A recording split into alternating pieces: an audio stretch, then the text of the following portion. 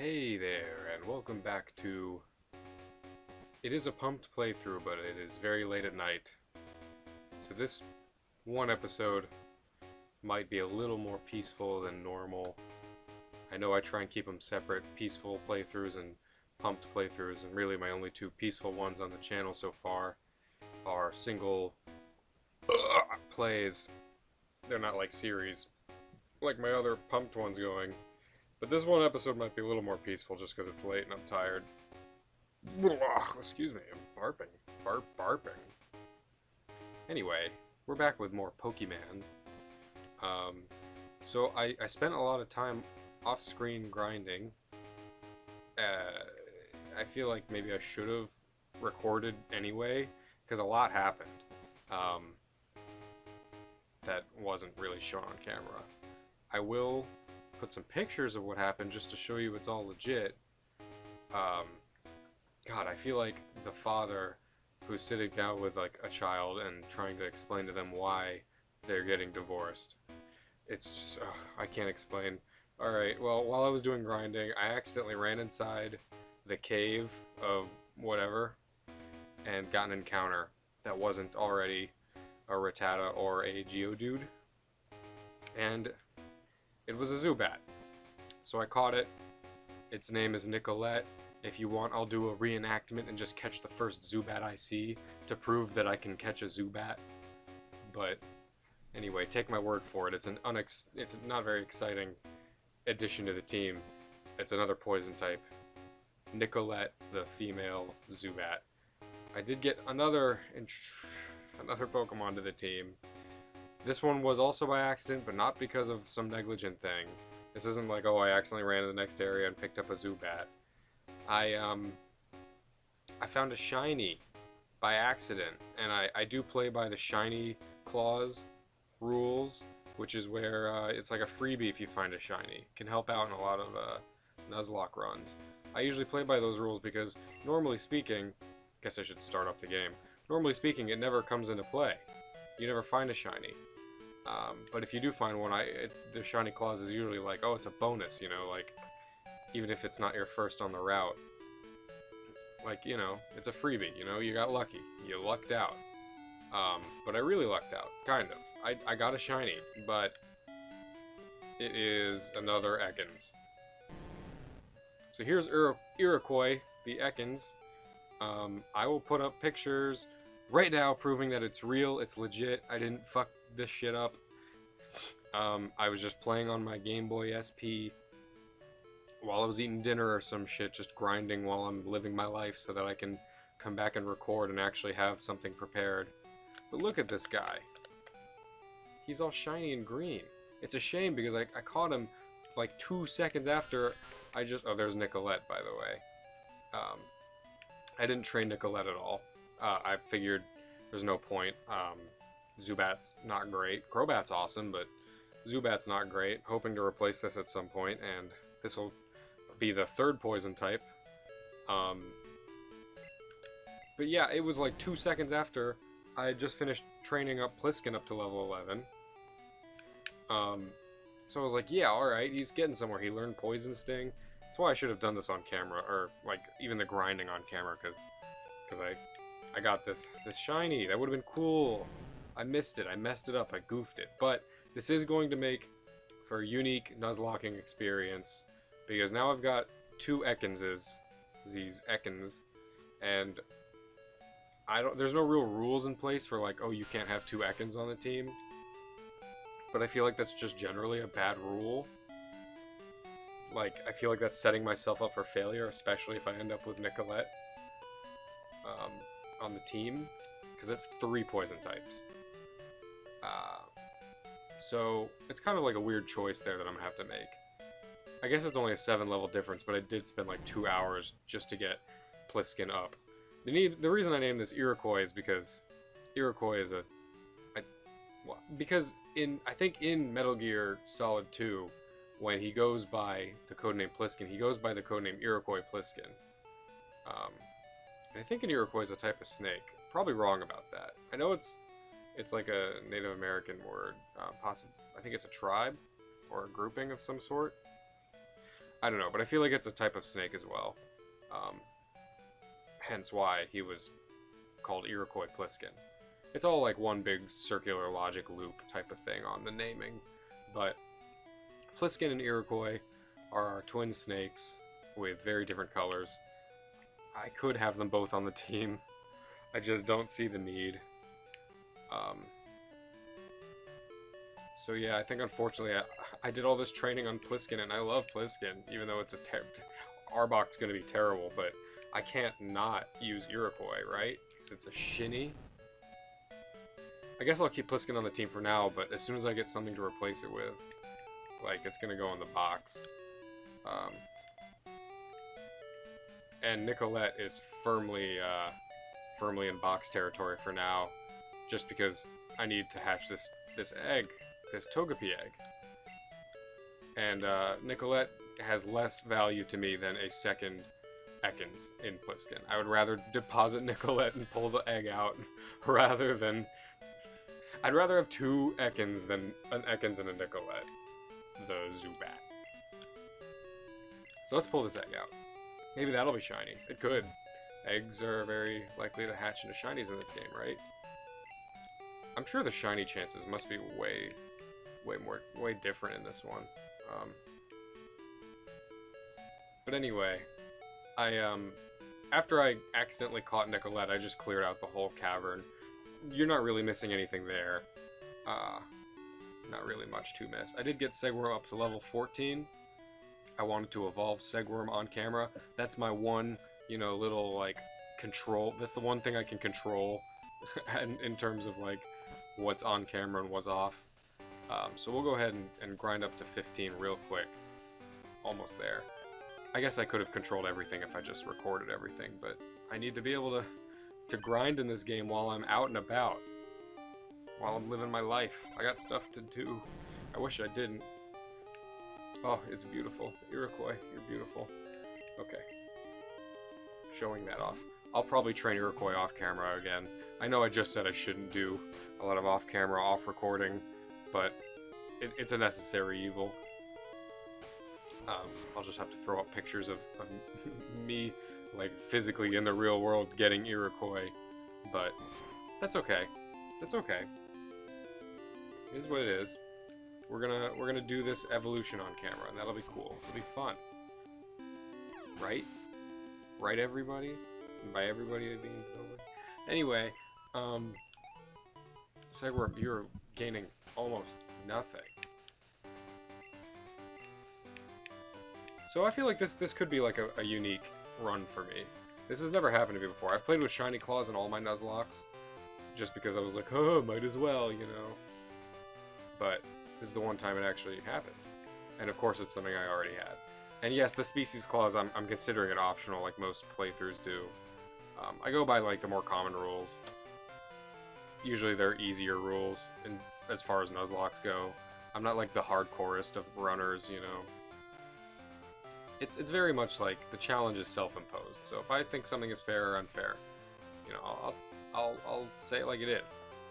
Species clause is an optional clause, and there's no real rules against having two Ekans on the team right now. So I caught the shiny Ekans. I mean, what would you have me do? Anyway, let's get back to Segworm murdering some poor creatures in the middle of the night. Come on, come on. There we go. Just skulking around, killing whoopers in the night, in the dark. This little ferret is just... I guess I should switch this up here. I always forget that the Y button is select on the GameCube controller.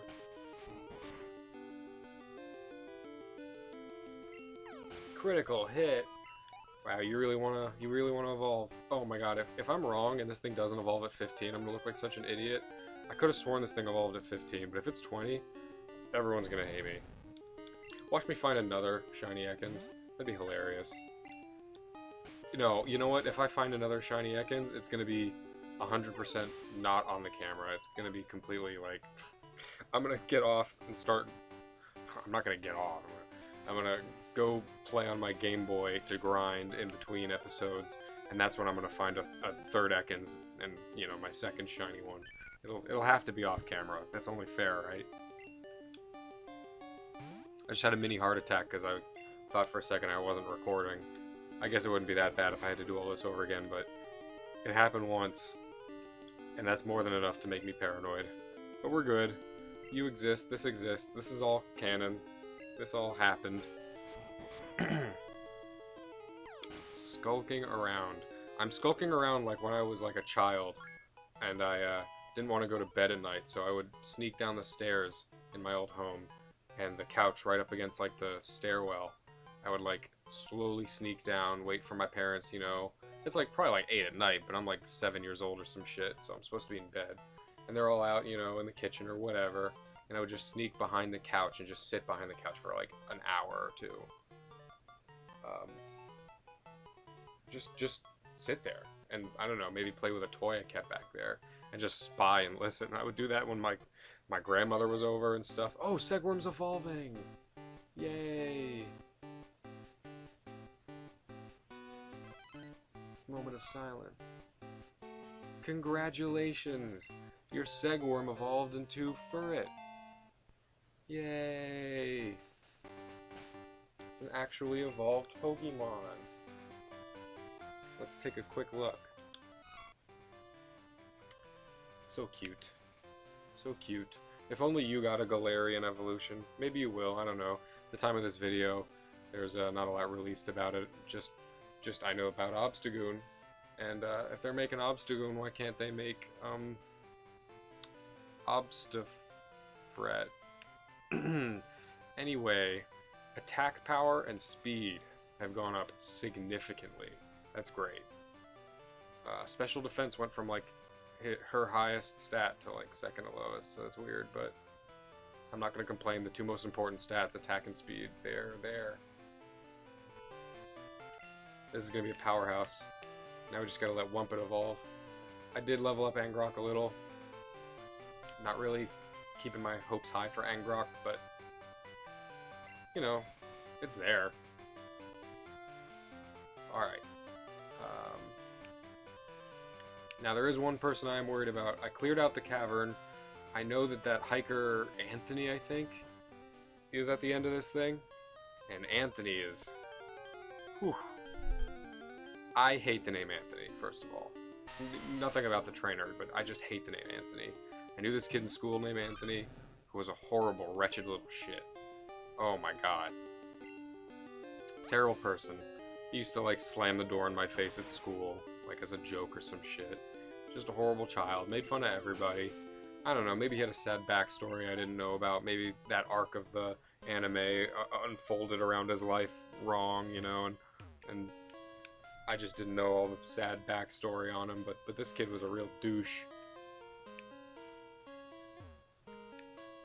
You know, class clown turned wrong kind of thing. Ugh. And I took tennis lessons for a little while, and my dad used to tell me, like, this ball, you should hit it so hard. Picture the face of someone you hate, your worst enemy, on this ball, and then hit it with the racket. And I would picture Anthony's face on that ball. I was like 11. What are you gonna do? I was like a socially awkward, you know, naive little 11-year-old in the middle of the damn Bible Belt. Oof. Not that bullies have anything to do with the Bible Belt, it's just that they're alliterative. Even though I didn't point out the alliteration between bully and Bible Belt until afterwards. That guy. I also knew a kid named Nathaniel, and he used to kind of like, not mix them up, like I didn't mix them up as people, because Anthony was really like, he was pretty short, probably, like around my height, because I used to be short, and so if he was my height, he must have been short. And skinny and lanky. But Nathaniel was like, when I was a freshman, he was like a senior or junior. He was huge. But I used to get them mixed up. Like, not mixed up, but like a little mixed up. Just slightly mixed up. Because Nathaniel was also kind of a douchebag. Not nearly as much as Anthony, but Nathaniel was kind of a douche. He loved Power Rangers, though. Gotta say, I can't fault him on loving Power Rangers. I can't stress that enough.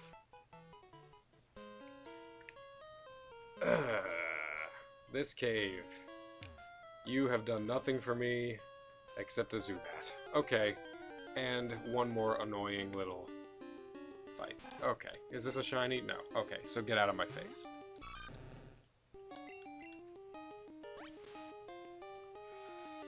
Oh, have you ever thought about how if you, like, erased a year of your memory, like if you just had amnesia and lost a year of your memory, that'd be essentially the equivalent of losing a year off your life, like, as the difference nominally being like, oh, you only live to 80 instead of 81, but losing your memory, it's like, oh, you already lived it physically, but you just don't have recollection of it. But, you know, ostensibly they're the same thing. I mean, you've lost the year of your life in your memory, and you are really just what your memory's made up of. You don't get that experience back, you know, unless a miracle happens, and your amnesia is, you know, you recover it. Did I grab this already? Like, I got out the cave, but I don't remember if I, like, actually, like, did anything out here. I certainly didn't catch anything in this grass, so this is all new down here. Unless it's a different route. Oh, good God. Route 33. Okay. I don't think I actually caught anything on Route 33, but let's check. Oh, God. Union Cave, Ruins of Al. That's Route 32. Okay. So Route 33 is still a viable catching area. So this counts down here. Here's Mike Anthony. And God, he doesn't look anything like Anthony. The Anthony I know. But back to my question about, do you think erasing a year of your memory would be like erasing a year of your life? Like, it's pretty equivalent in my mind to, like, the torture machine in The Princess Bride, where he's like, I've just erased 1 year of your life, and he, like, sets the machine to 1, and, you know, it just sucks the life out of him with all these tubes and hoses, and he's like, and he's just like, please tell me about your experience, and remember, be honest, for posterity's sake. And he's just like, Wesley's just like, and he's like, I see, interesting. Oh, that's an amazing movie. That's my second favorite movie of all time. Pretty much tied with my other favorite movie, Big Trouble in Little China. They're both amazing movies. I guess it's just dependent on my mood, which one I think is my favorite at the time at any given moment. They're both so good. Both very funny. Jack, don't look at the bright light! I already did! Ugh, classic. Oh, and who can forget the famous line? Hollow? Hollow. Fuck it! And then Jack Burton just pokes a hole through the wall. Ugh. Good. Good, good, good. Wow, I destroyed his Geodude. And here comes Machop. This thing is the scary one. Let's just water gun him down. That's the best plan of action, is just rush him down. An all-out offensive with water types, just like Misty would. Ooh, okay. Critical hit. Not cool. But his special defense is relatively low. I think 2 more of these will do it. So as long as he doesn't crit me well, there you go. That's karma for you. There you go. The Polka gods heard my prayers about Anthony, and they gave me the metaphorical equivalent of me slapping his face on a tennis ball with my tennis racket.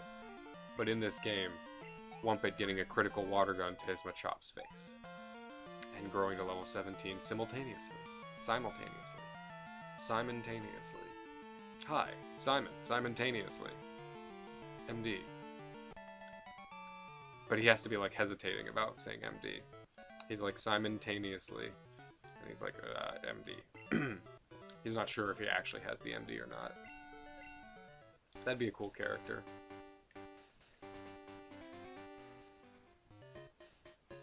Okay.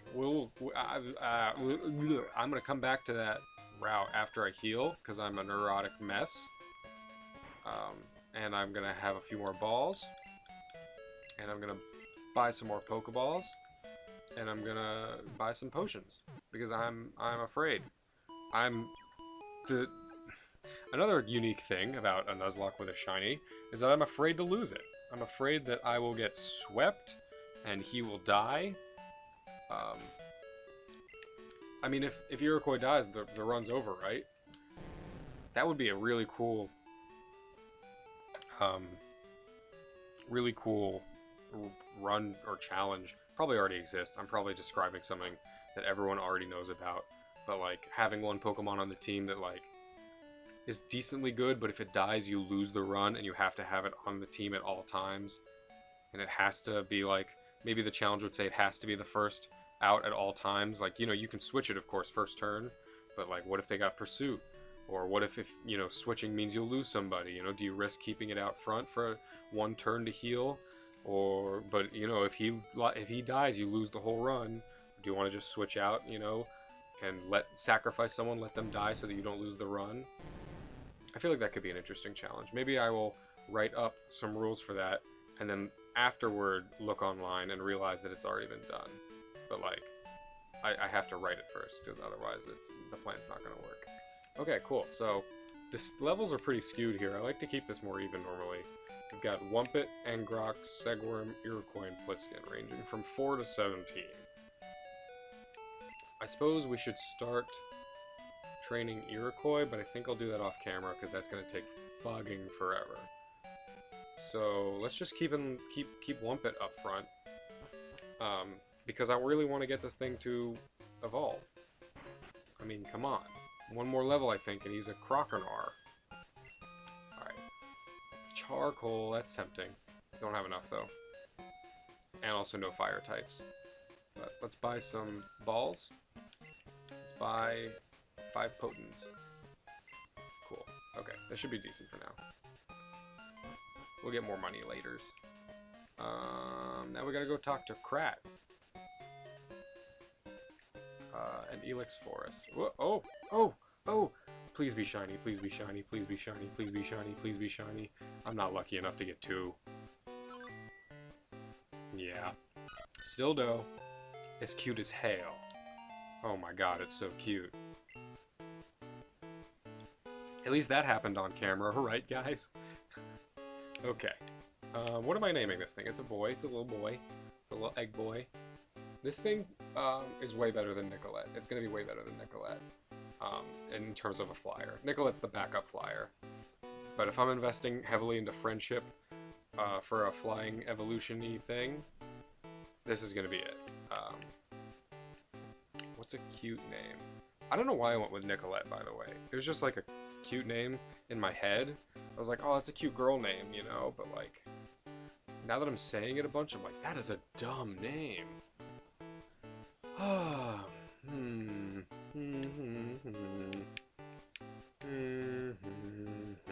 Who likes flying?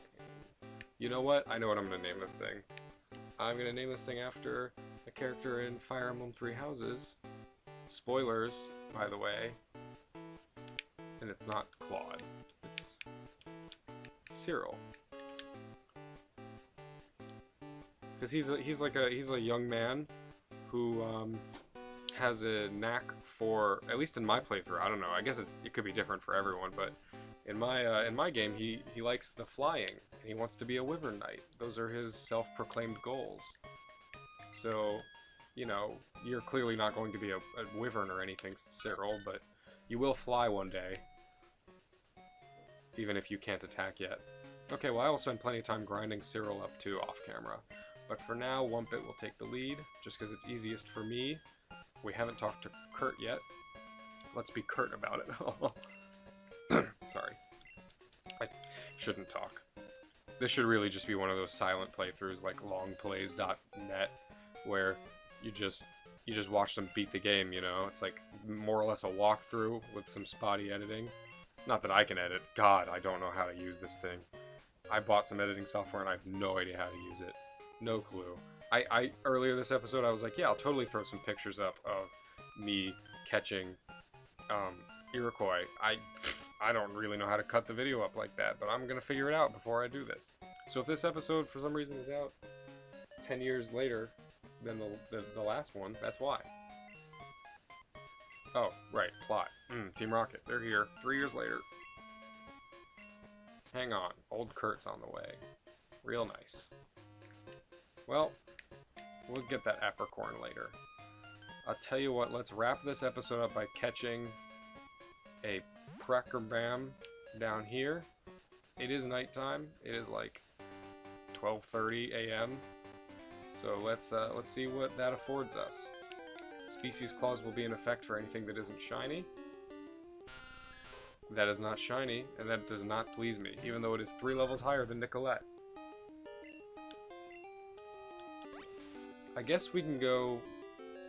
I don't always go by this rule, but for this one, since I did get the shiny, the lucky shiny, I will go by the three chances, 3 strikes you're out rule for species clause. So if I don't encounter something new by the 3rd encounter, I'll just catch it anyway, even if it's a duplicate Pokemon. And it'll just be a backup. Like if I get another Zubat, I'll be SOL and I'll just have 2 Zubats on lockdown. You know, I'll have a fucking monopoly on Zubats. Oh, good. It's really looking like it's gonna be a monopoly on Zubats. Good God. Okay, well, that is a damn shame. That's a crying shame. We're about to have 3 Zubats. 2 Zubats, rather. That's okay. Oh, I'll live. I will live. Alright, 3rd Pokemon. It's probably like a 95% chance for a Zubat and like a 5% chance for like another Rattata. Okay, well, let's see if I've consigned myself to some fate. I guess I could have waited till daytime, but recording would be weird. Yep, okay. It's another Zubat. I almost don't even want to catch this. Like, what's the point? Alright, whatever, I'll catch it. I'll name it something quirky. Maybe I'll like it more than Nicolette and can just use it. Even Nicolette's my backup, but I guess this will be my new backup. You don't even deserve a Great Ball. Jesus Christ. I'm pretty sure you can catch Hoppips here. I would have loved a Hoppip way more than this thing, and Hoppip's pretty bad. Great. 2nd Zubat.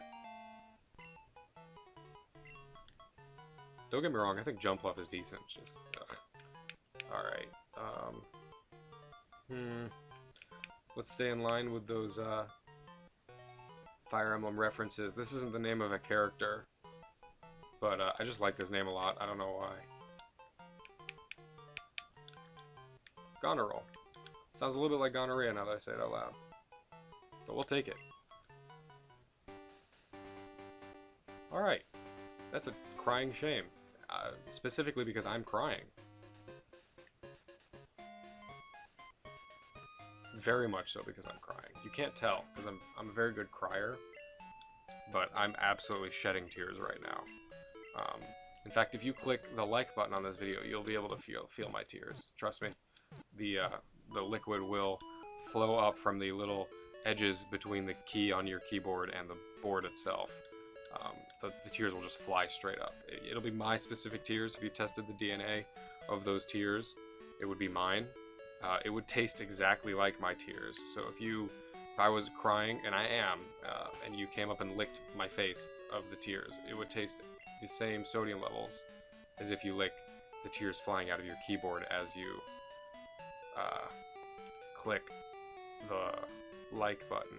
I don't know why I used the keyboard as the analogy when clicking is the mouse, but I committed to it without even knowing. And that's the episode. Thanks for watching this really weird episode in my really weird playthrough. Overall, this is going to be a good thing, Iroquois, just because it's given me some style points, I feel like. And it's going to make me want to hold on to this, and I'll be ultra sad, like really depressed sad if I lose this thing. Okay, not really depressed sad. That's probably going a little far. I mean, you know, that's a whole nother beast, but I will be very sad, as sad as you can get in a Nuzlocke, if I lose Iroquois the Ekans. Oh my god. Well, thanks for watching. Watching what you could watch of this. I will try and record more of the grinding next... No, I won't. That's a lie. I need to grind on my Game Boy, but the second something interesting happens, I will take my phone out and record it there in shitty-ass quality, and you can have that. That's a compromise. All right, thank you for watching.